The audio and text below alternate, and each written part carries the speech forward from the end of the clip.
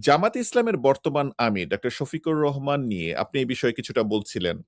আপনার অনেক লেখা আছে যেটি আ এই যে আপনি একটা সৌহার্দ্যপূর্ণ অবস্থার কথা এখন বলছেন, সেটির বিপরীত। আপনি সমালোচনা করেছেন। আপনি আমার যদি ভুল না হয়ে থাকে জামায়াতে ইসলামের আমিরকে আপনি ভারতের দালাল বলেছেন বা এই পর্যায়ের কথা বলেছেন। আপনি জামাতে ইসলামের বর্তমান আমিরকে অনাস্থা জানিয়েছেন। এখন আপনি তার ফেভারে অনেক কথা বলছেন। আপনার কি মনে হয় আপনার এই সম্পূর্ণ ইউ-টার্ন আপনার যারা রিডার্স আছে তাদের কাছে আপনার গ্রহণযোগ্যতা বা আপনার বিশ্বাসযোগ্যতাকে প্রশ্নবিদ্ধ করে?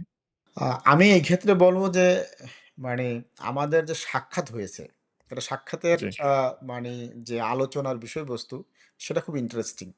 জামাত ইসলামের হু, আমির হু, আমাদের ১ম এই যে সাক্ষাতে আলাপের মানে আমরা যে জামাত ইসলামের কার্যালয়ে মিটিং হইল, সেখানে জামাত ইসলামের আমির হিসাবে শহীদ গোলাম আজম রহমতুল্লাহ আলাই, শহীদ মাওলানা মতিউর রহমান নিজামী রহমতুল্লাহ আলাই, তারপরে কিন্তু জামাত ইসলামের খণ্ডকালীন অনেক মানে আমিরের কথা এখানে পাবলিকলি মানুষ জানে না। যেমন জামাত ইসলামের খণ্ডকালীন আমির ছিলেন মাওলানা আব্দুল জব্বার সাহেব। আ আ তারপরে হচ্ছে শফিকুল্লাহ মকবুল সাহেব। আহমেদ ছিলেন। শফিকুল্লাহ সাহেব ছিলেন। তারপরে হচ্ছে আ মকবুল আহমেদ সর্বশেষ তার সাথে যে ছিলেন। অ্যা তাদের সাথে তুলনা করে জামায়াত ইসলামের আমির আ আ আ মানে আগের বিশেষ করে গোলাম আজম সাহেব, নিজামী সাহেবের তুলনায়, মকবুল আহমদ হু, সাহেবের হু। তুলনায় যে তিনি কি ধরনের সীমাবদ্ধতা অনুভব করেন, সেই বিষয়টি তিনি অকপটে বলেছেন। অকপটে বলেছেন এবং তিনি একটা মানে ট্রানজিশনাল টাইমে জামায়াত ইসলামের দায়িত্ব পালন করছেন এবং তিনি এই কথা বলছেন যে জামায়াত ইসলামের যে ভারপ্রাপ্ত আমির মকবুল আহমদ সাহেব ছিলেন। তো তার সাথে হুম। তিনি মাসের পর মাস কোনো দেখা সাক্ষাৎ করতে পারেন নাই। কখনো ফোনে কথা হইছে, কখনো চিঠিতে কথা হইছে।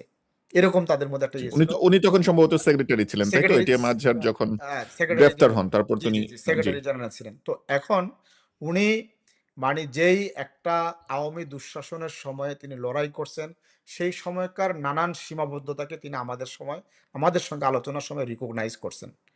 সেগুলা হু, করছেন হু, এবং তিনি একটি বিষয় বলছেন যে, "আমি জামায়াত ইসলামীর আমিরের বিভিন্ন নীতির বিষয়ে যে সমালোচনা করছি, তিনি বলছেন যে হু, এসব হু। সমালোচনা তিনি নিজে পড়তেন।"